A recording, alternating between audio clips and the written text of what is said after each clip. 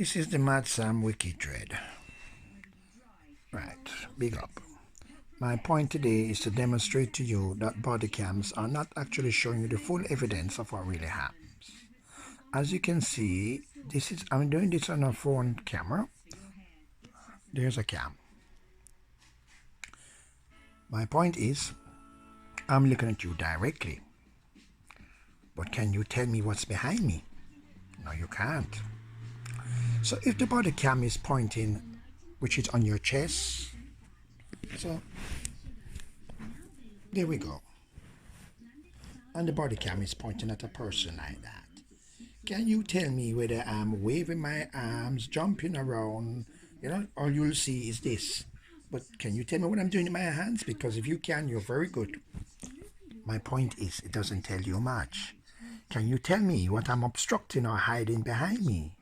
Can you tell me if I'm trying to obstruct somebody or block somebody? Right? I don't think so. Because you're looking at me. So it doesn't show you that I have moved from where I am to where I am and what I'm doing. It doesn't really show you much. It only shows you what you're seeing now, me.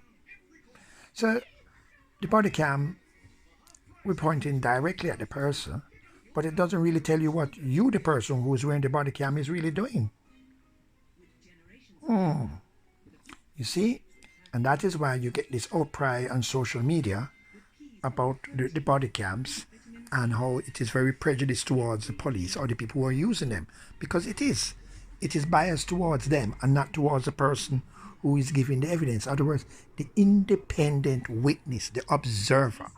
You see, a body cam is only good like a dash cam if seen or viewed like that. Looking ahead. See? Like that. But once the body cam is like that, evidence is incomplete. Because all you're seeing is this, but you're not really seeing this and that, because it doesn't show all of that. It doesn't show the other person me attacking the person. Right? You only see that, but you didn't see my hand, poof, baff, kick. You haven't seen what I'm doing. You haven't seen my foot move. You haven't seen my hand moved. But you see the other person doing this to me, or whoever it is, the body cam says, attack them, but you haven't seen me punching and kicking. You see me doing this. So how accurate is a body cam? Not very accurate. However, if viewed from a third party view like that, you can see what's happening. So in reality, a body cam is not accurate. A dash cam is accurate, and therefore a body cam only becomes accurate on a third party view.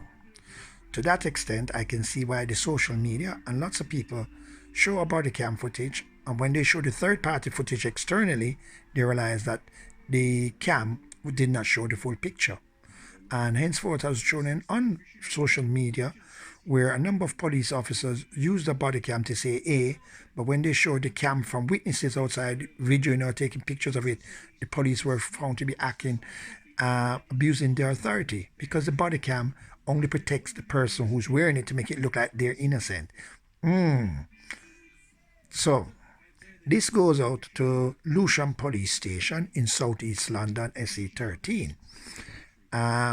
And to all the bailiffs and the police, especially in the UK, who rely on something, I think. It's like, let me give you an example. There's a TV program in Britain called, how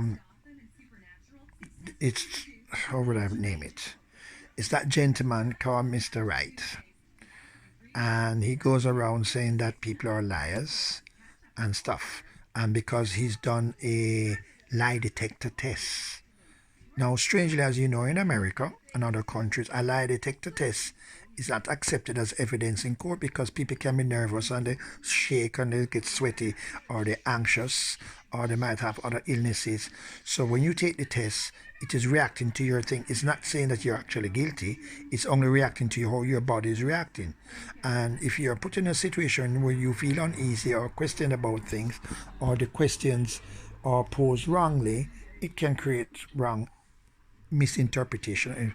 So an example, just like how the body cam is showing something from the person who's wearing it, it's not showing the full thing of what that person who's wearing it is doing.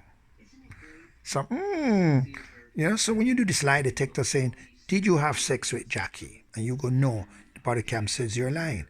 What do you determine is sex? Kissing, touching, sexual intercourse? My point is, the best evidence is an independent witness or a third party person who is videoing or taking things.